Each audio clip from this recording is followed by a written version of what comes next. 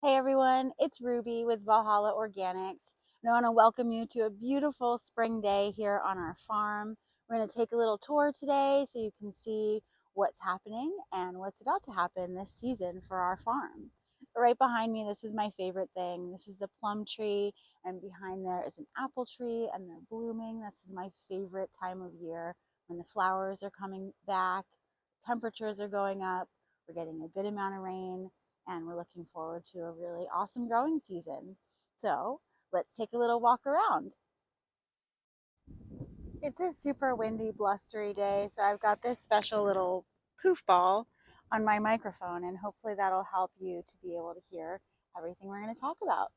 So this is our tiny mini orchard, and we've got a peach tree, a plum tree, an apple tree, and a pear tree.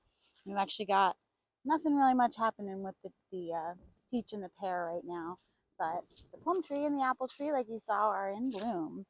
Down here on this hill is where we have our blueberries.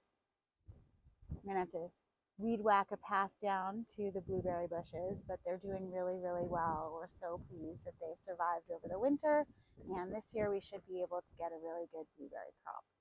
So we're gonna take a quick walk by the garden and check out our beehives and our new pollinator garden.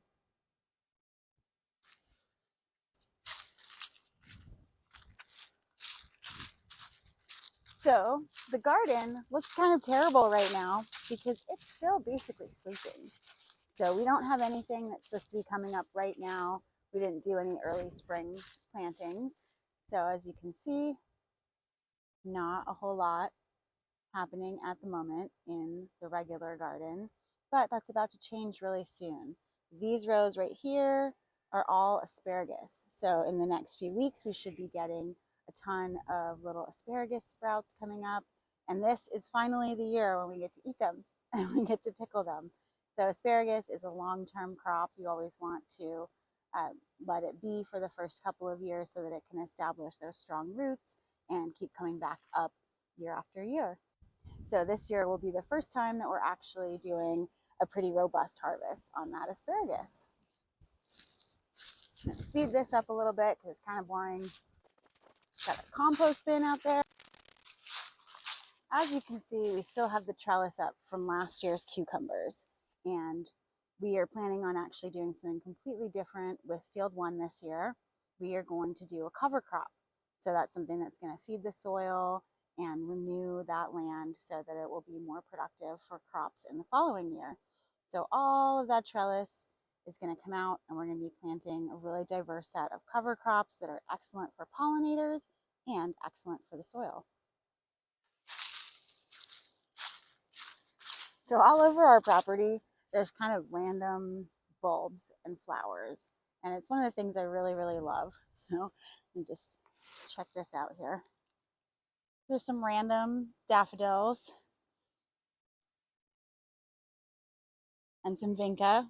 Technically that vinca is invasive, but I really kind of love it. I think it's beautiful. So it's not causing a huge problem right now, so we're not too worried about it. All right. We've got a short video about these too. That's sort of a feeding station for the bees where we're able to give them back some of the honey that was left on their frames when we harvested. So they've figured out that it's here and they will come here and get food if they need it. Nice thing is that they actually have been all over the plum tree recently. So they haven't been going to this food source that we've set up for them because they're getting it naturally, which is what you want. All right, we're going to head down the driveway and check out those beehives. All right, we're coming up on the apiary here, and we're pretty pleased. So normally over winter, you have some loss, some colonies that just don't make it. They don't have the food stores, or something happens to the queen. But this year we are so happy because we've got, you can see them back there, 3 of the 4 beehives that we overwintered have made it. They've got bees flying in and out. See if we can get a little closer up. I don't want to make them mad, but I would like to show you what's going on there. Here you can see the bees flying in and out of these different hives. Now these flights could be orientation flights from young bees taking their first flights outside of the hive, or they could be robbing behavior. One strong hive going out and robbing the leftover honey from a hive that's either weaker or was a dead out.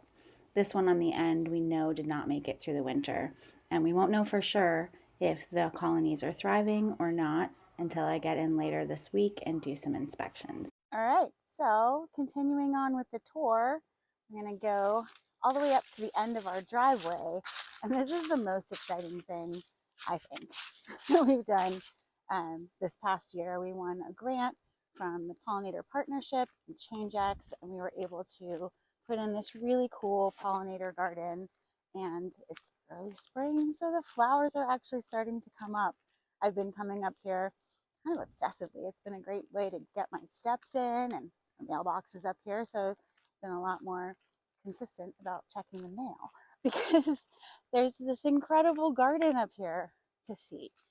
So here we go, the big reveal. There's our new sign.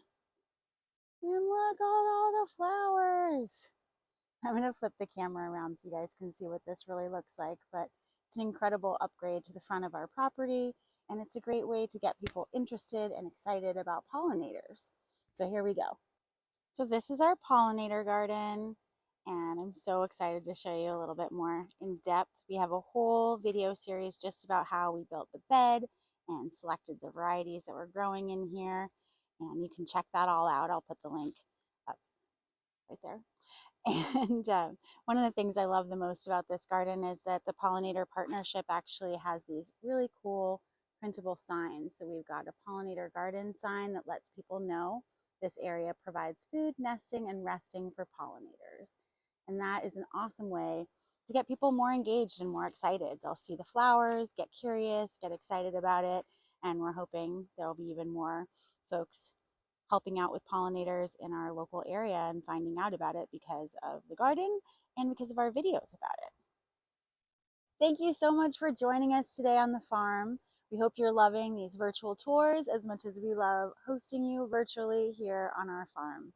We hope that you'll continue to follow along with us on this journey and subscribe to our YouTube channel so you'll never miss one of our video updates.